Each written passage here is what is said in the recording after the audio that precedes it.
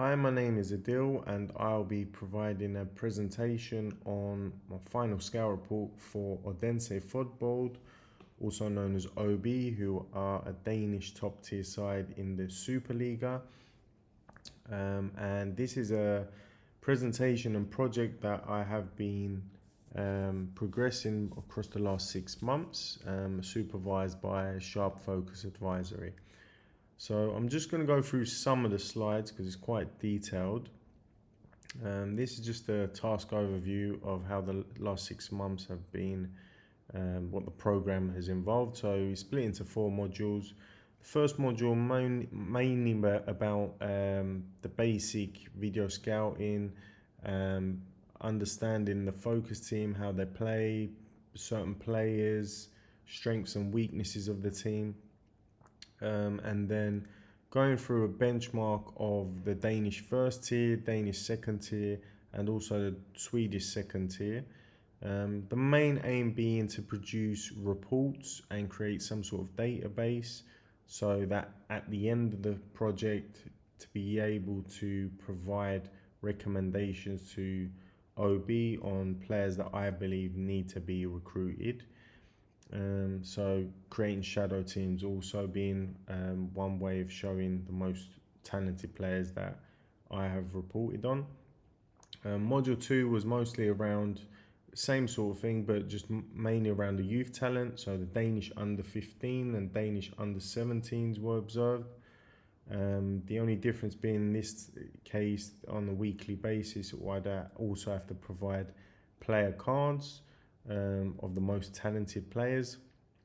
Module 3 was mainly around where I would like to be more of an expert in, and I chose to continue with the youth talent. So I went with the Danish under 19s, which I believe is potentially one of the main sources that Danish senior teams or even Danish first tier and second tier teams and pretty much other European leagues would look to scout and recruit. So continued there. And the 4th module is this report, bringing everything together and providing recommendations at the end, which I'll go through. So just a brief background. We have a list of their achievements on the right hand side, but Odense are one of the oldest clubs, approaching their 140th season next season. They're one of the oldest clubs in Denmark and one of the most established. They have a ground that is one of the largest also, and it's a grass pitch, which is not the most common thing in Denmark. There's a lot of artificial surfaces, but it does have a grass pitch. And this season, new manager Alexander Zorniger came in after, unfortunately, the club suffered their first relegation since, I believe, 1998, 99, somewhere around there. Sorry, I've just gone back there. So I've been looking at the last 10-year cycle, and Odense mostly play as a mid-tier team within the league, mostly finishing in the relegation round after the regular season, but always managing to keep in the league apart from last season, which I'll go into. In the domestic cup, they've managed to reach the final once in the last 10 years, but unfortunately they lost out to Midtjylland on penalties in 2022. And in terms of on the right hand side, what we have here is the current season that has been finalized now. The bottom table shows the regular season where Odense finished 8th, and the top table shows the relegation round where they managed to hold their place, staying 7 points above relegation this time, and keeping their place safe for next season. Now, I'll just go through the last 3 seasons transfer, which is quite interesting. So, starting off with 2023-24, Odense had playing in the Danish top tier, they had one of their most, or their highest ever record departure in a player that's probably known to most people that follow the Premier League, Yankuba Minta, who they managed to sell to Newcastle for 8 million euros. So that is their record. And Yankuba Minta is worth a lot more than that now and is still very young. But at the same time, they used some of the money to purchase the second highest ever player in James Gomez for €1 million, and goalkeeper Myra for the fourth highest arrival ever for 900,000. So as you can see, they always turn a profit year on year. Usually the budget is around the 3 to 4 million euro mark. And they have a very solid young team in under 19s, which they produce continuously players, and they end up selling and keeping a profit, or they use them, some of them in the first team, or they can sell them into other clubs in the Danish senior league as well. So the business runs well in that aspect, turning a profit. This particular season, the unique thing that did happen was, even though they finished 7th in the regular season, they, after a bad run of form, they managed to get relegated. And this would change things going forward in the 2024-25 season. So as you can see, unfortunately, the budget shrinked by more than half compared to the season before, playing in the Danish second tier. And they were forced to sell and release players, many players, due to relegation, pretty much. But they did bring in 2 experienced players in from Viborg, and they brought in J. Roy Grot as a free transfer. And J. Roy Grot is he's a first 11 starting striker for OB this season. He's had quite a good season actually. And they also brought in left back Adam Sorensen, who featured in the first half of the season, but not so much in the second half. And this season, they were solid and finished the season top and came up as champions. So the burden on their economy, I guess, didn't take a major hit. And starting this season, again, they didn't really spend that much. They spent 1.2 million, but this time they spent on some interesting players from Germany, and that's probably tied to the fact that they brought in a German manager at the beginning of the season. And these players are very important from what I have seen, and which I'll go through. But these are high-performing players that have been brought in this season. And they managed to sell their second highest ever departure with Luca Kerumgaard to Udinese for 5 million euros. So continue to produce a profit. And in this particular season, they finished 8th in the regular season, and they held that position, meaning they will be playing in the top tier next season also.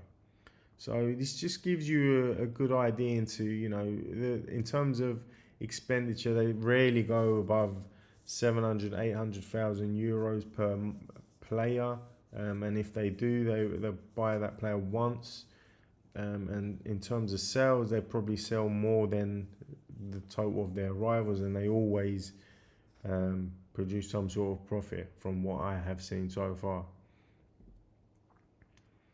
Now, in terms of playing style, the first half of the season, they opted for 3-4-1-2. But in the second half of the season, once the relegation round started, they opted for a hybrid of a 4-2-2-2 and a 4-3-1-2 variation. So they opted for a back four, pretty much. In terms of their defensive setup, going off the recent formation, they play with a back four, but they have a left back that is very offensive minded, mostly making runs into the attacking third, providing the width. And the right-sided wing back occasionally makes runs, but is a bit more defensive minded. So leaving three at the back essentially. out of possession, they press aggressively up top. So 4 to 6 players with the strikers and midfielders press outwards so that they squeeze the opponent into wide areas, hoping that they can overturn the ball and make direct vertical quick passes through to goal. In terms of their midfield, they always have one player at least screening the defensive unit. They have one ball-winning defensive midfielder that solely does that role. Excuse me. And they have 2 other midfielders that pretty much progress possession. And yeah, if they take a lead and they need to go compact, they could drop back into a 4-4-2. In terms of offence, with a midfield block of 4, the left-sided wide midfielder tends to be the main creative attacking midfielder who roams off the left or off the right, but mostly off the left, into the central areas, leaving a midfield free, but also vacating the left space for the left back to bomb forward, providing more width. The 2 central midfielders progress the possession or control the possession, at times going into the box, trying to contribute themselves towards goal. And I've just gone forward there. And then you also have the 2 strikers up top who both have different responsibilities. One striker tends to act as the target man, mostly holding up play, quite strong in the air, back to goal, can lay off the ball. And the other is more of a winger who peels off to one side, uses his pace to get forward and provide crosses into the box, or is there at the far post to receive crosses from the other flank. And this has been pretty successful for most of this season, this system. There's a lot of moving parts. So one of the challenges for this is there's a lot of moving parts, and the areas in behind either flank can be left quite open. So if they lose the ball in the attacking third or middle third, the 3 at the back and the screening midfielder have a lot of space to cover out in the wide areas, and the really good teams will provide a threat and potentially score. So that's where they're most vulnerable. And the other thing is, with these sort of systems, if you've got continuous wing backs going forward, it means they have to be highly good in terms of conditioning, which is also a higher risk in terms of injuries.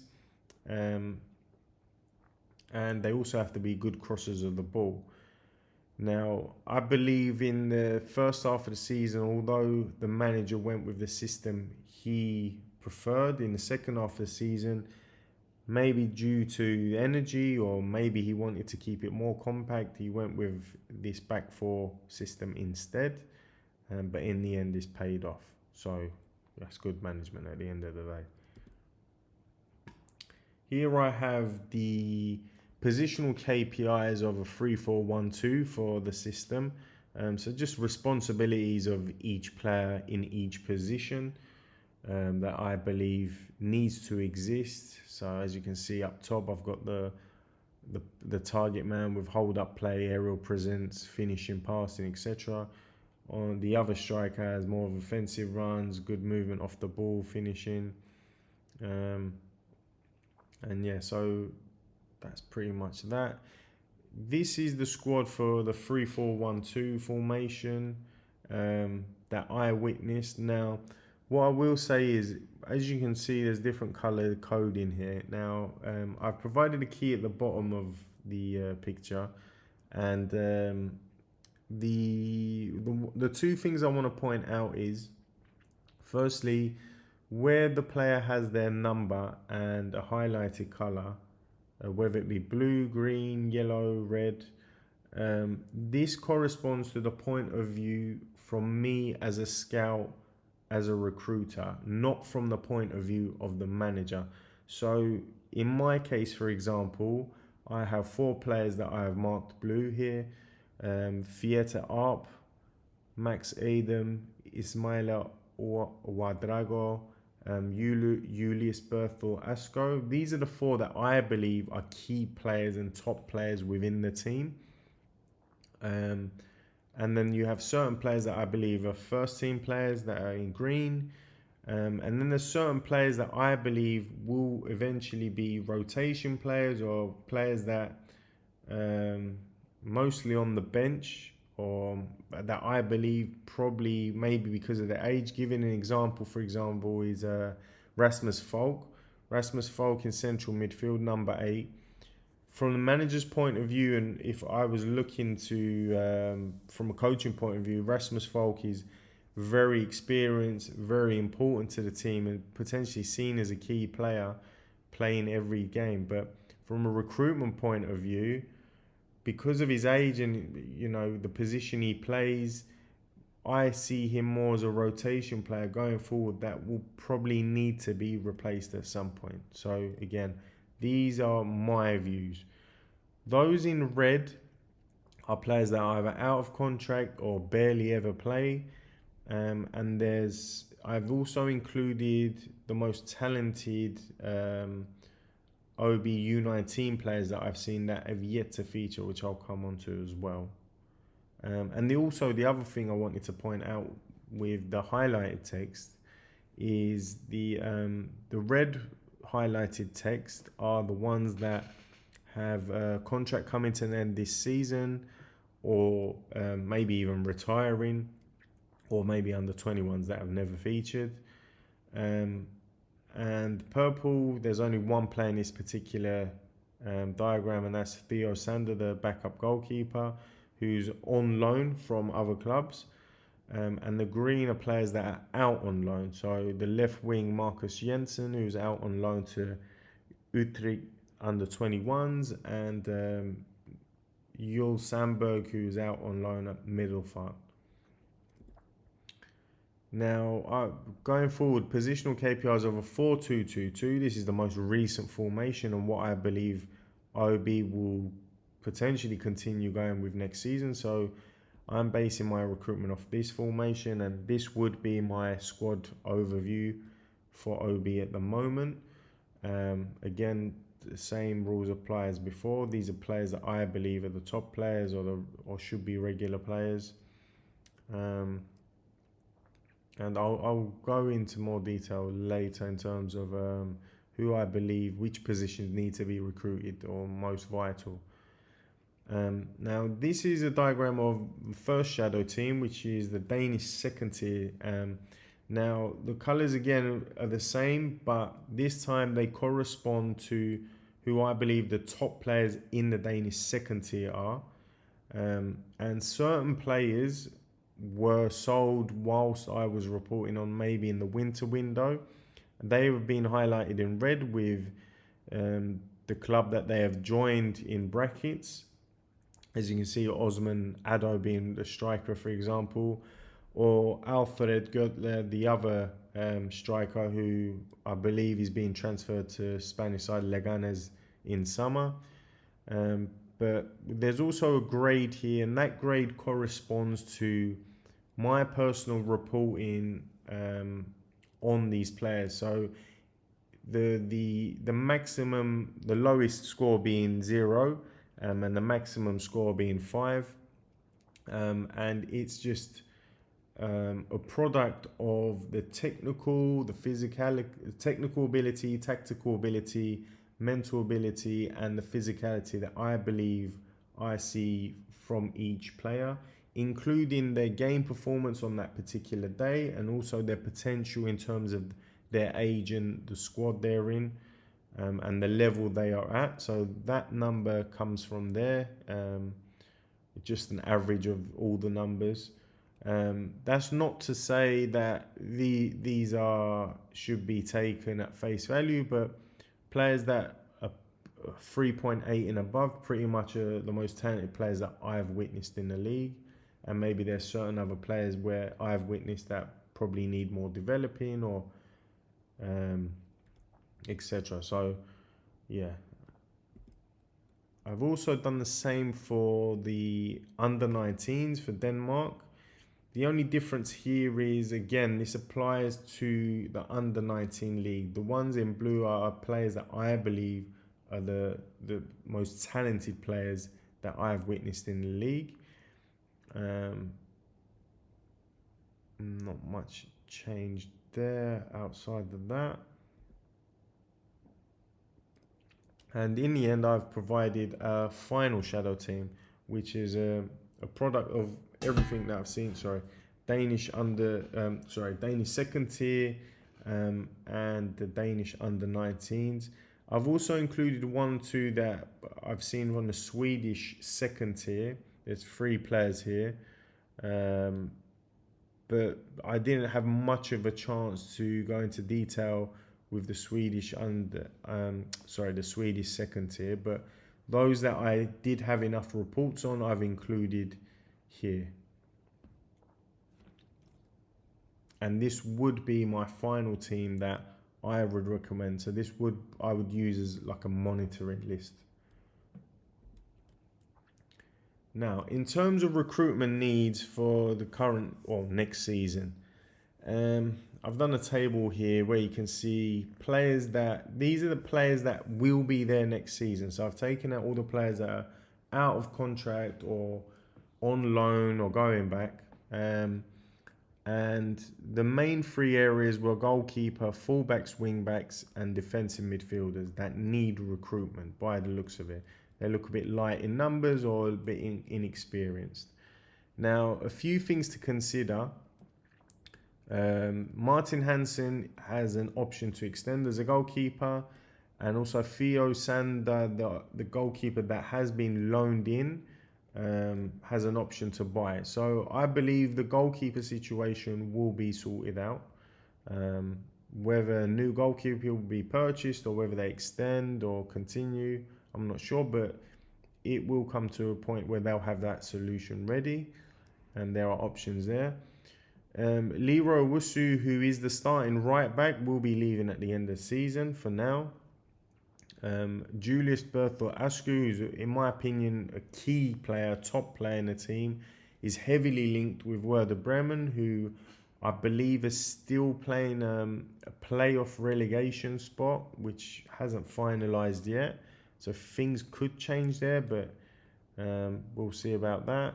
And then Marius McCoy is a defender who has played in multiple positions across the defensive block, right back, left back.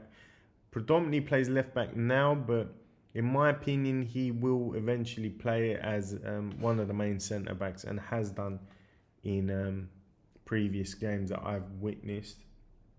So all in all, my conclusion is, having seen everything to consider and the significance, the significance of the report in the departments that are required, I will be focusing mainly on potentially bringing in a left back and also a right back, because I believe these are the 2 key positions that going forward will need to will improve the team and potentially get them higher up the table, and will need and there isn't enough of in the current squad.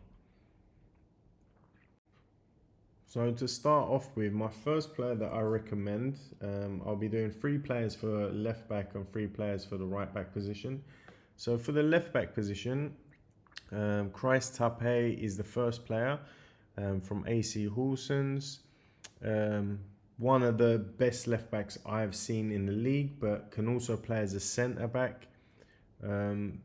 Solid in terms of physicality, great acceleration, has pace, has strength, has everything you need from a physical left back or even a centre back. Very good on the ball technically and can provide crosses in the box, uses his body well, can attack and defend down the left flank, strong in the duels, and moves off the ball, and is intelligent with his positioning, and is very focused, composed, and has a high work rate, uses controlled aggression to win duels, Now, in terms of transfer mark, they have him valued at approximately 600,000 euros, but having read other sources, I believe it's becoming more of a fee up to 2.5 million euros, which is slightly out of reach. As you can see on the right hand side, I've provided a risk assessment. So even though he's been in the Danish senior tier for the last 2 seasons, he is quite well accustomed, but the biggest thing here is how high the financial, the fee is, because that given he's already linked with clubs from Belgium and France, it's probably difficult to get him. But yeah, he is one of the best left backs, centre backs in the league that I have witnessed. I'm just going to go through a video, just a quick summary of some of his skills that I've seen. So first of all, here you see him running towards a ball. Does well to close down quickly, uses his body very well, aggressive, wins the foul.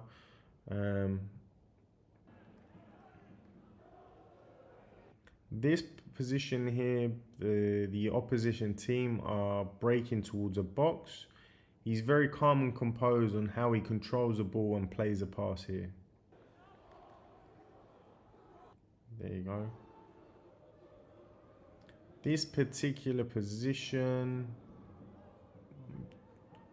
just out of picture at the moment.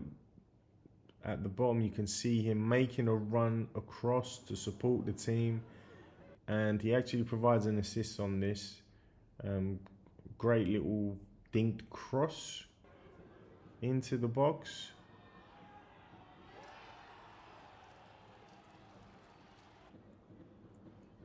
Again, here's another attacking movement, as you can see at the top.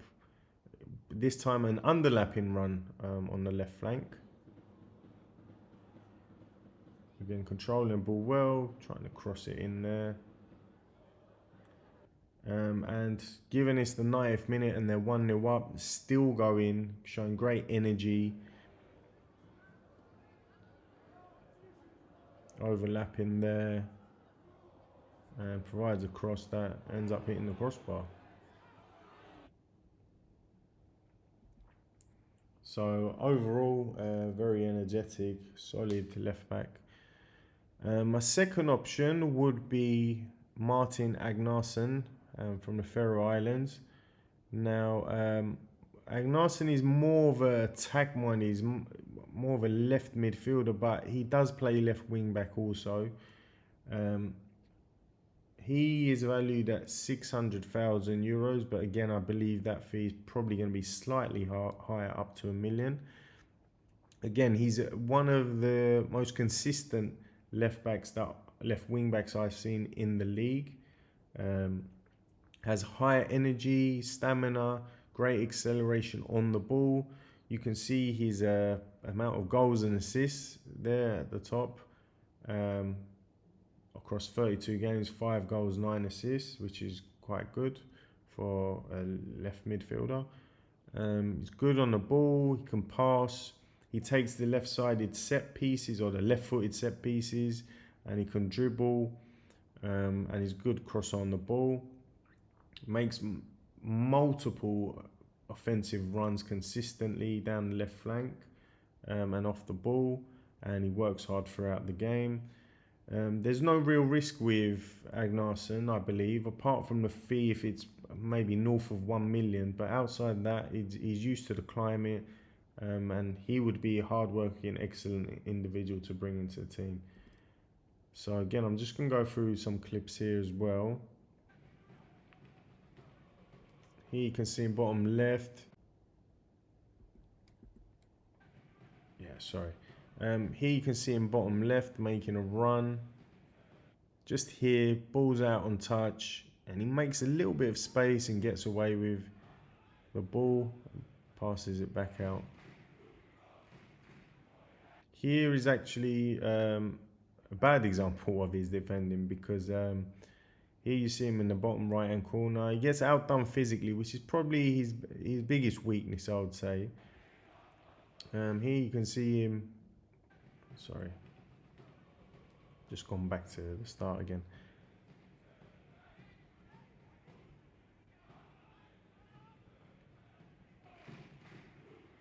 Yeah, here you can see him bottom right. He gets close to the striker, but the striker sort of sees him and knows he can dominate him physically. Just gives him a shove here, and in the end, Agnoson tugs him, although I'd probably say the keeper's getting there before he is, but gives away a penalty, unfortunately, on that occasion.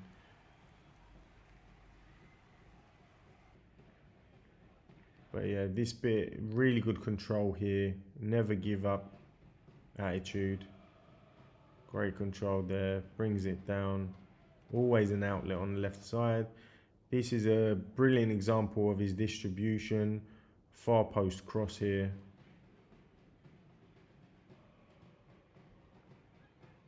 This time it doesn't come off. This one demonstrates more of his movement into the box, requesting the ball. So if you're just watching bottom left on the ball here, passes the ball out, goes towards the middle, wanders in, and he has space now, requests the ball, and he should be doing better there on his weaker right foot. And then this is an example of just pure stamina and acceleration. He's at the top of the picture now. Receives the ball there, quick give and go, burst of pace, and off he is into the box, and any contact there could potentially be a penalty. And my third option, I've gone with under 19. Now, Andres Harsloff is a bit unique in terms of he's not actually a left back, but I have seen him play in the left back position. He is listed as a centre forward, but he's played everywhere apart from that, from what I've seen. Right back, right wing back, right wing. And he scores goals, as you can see there, 8 goals in 20. Physically, he's not the biggest on the eye, but excellent acceleration, stamina. On the ball, he's one of the best players technically. He can dribble, he can use both feet. Given he's right-footed, he can play on the left-hand side, and he can pass. He's willing to attack, he's willing to defend. Great off the ball, presses opposition, work rate, confidence. You know, he has a lot going for him. The biggest risk as of will be with any under 19 is the tactical adaptation and the physicality, which could take time. I have quoted a fee of 25,000 euros. I mean, that is a very approximate, because there's no official fee, or even there's no official value of him. But yeah, that's roughly, it could be slightly north of that, but that's roughly what the most talented players go for. Could be 100, could be 200, I guess, as well. But nothing too crazy.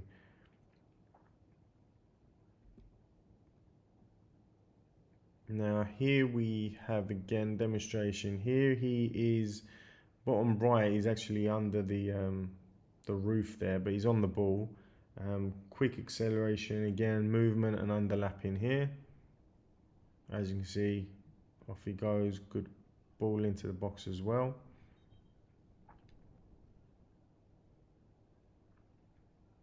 This is example of, as you can see at the bottom, he's running, he reads it, and he presses the opposition, wins the ball there, so doing his defensive duties. This again is the bottom right, playing as the right wing back. Scans, he sees the player, he knows the ball's coming there, and he cuts it out, uses pace.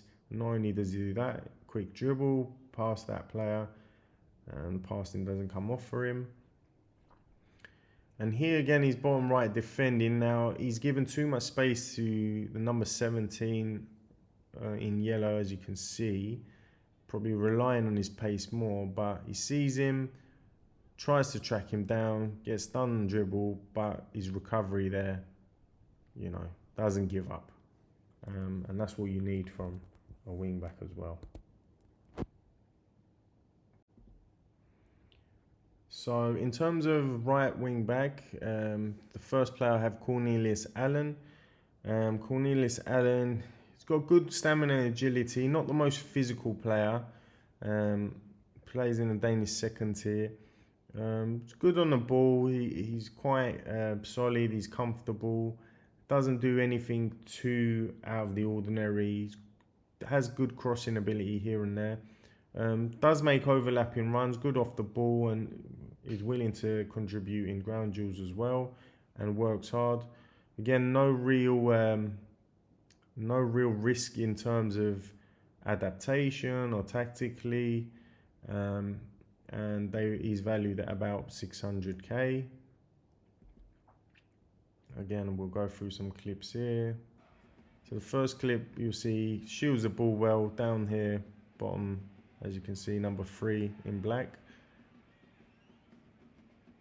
On this one, he sees the runner here, tries to play the ball through, slightly off, goes towards the goalkeeper. This one here plays a 1-2 twice. Goes overlaps again.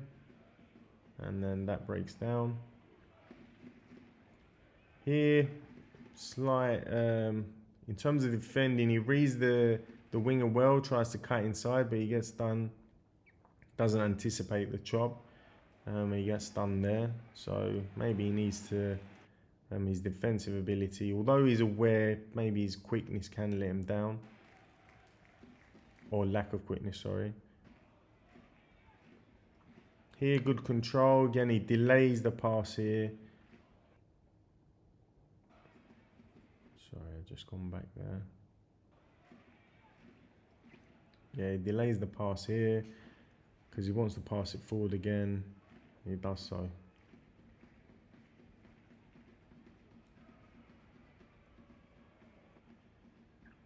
And this one, ball down the line, and again he overlaps. As you can see, there he is on the right.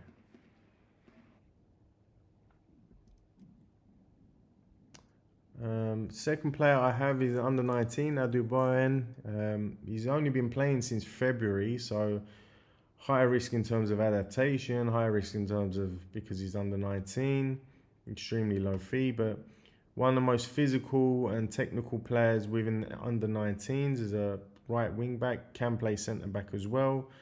Good ball control, offensive and defensive ability, plus controlled aggression. This is a player that I'd probably continue to monitor further.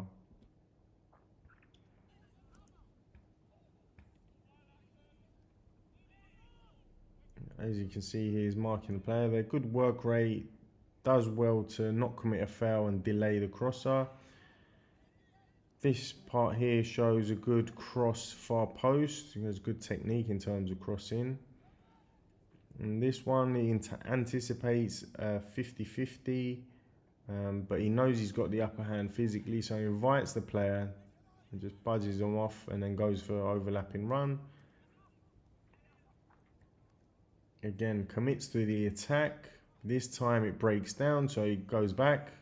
Now he's on the wrong side of the defender, but even though he's on the wrong side, he gets his body across, accelerates well, wins the foul. And again, this one, he sees the striker, delivers a good cross into the box, but just off. And last of all, third player would be Mustafa Niasse. Again, he's only just come played in since February, and again, high adaptation risk, high tactical ability, but again, one of the most physical players I've seen within the league that can play right back and also left back. Technical, good level of technical ability, good pressing, and controlled aggression, has a high work rate, He's actually scored 1 and assisted 3, so seems suited to be a wing back. And again, another player I'd probably continue to monitor further. So here we have video, just seeing bottom of the screen, just pressing there, closes down quickly.